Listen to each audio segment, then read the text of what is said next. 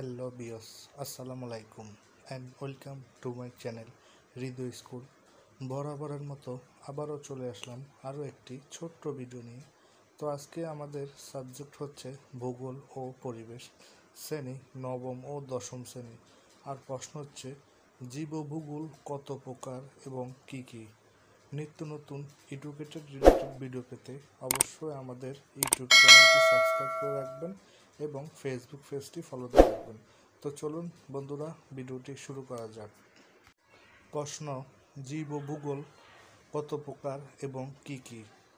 উত্তরটি হবে জীবভূগোল 3 প্রকার, যেমন 1 সংরক্ষণ জীবভূগোল, 2 পরিবেশগত জীবভূগোল, 3 ঐতিহাসিক জীবভূগোল।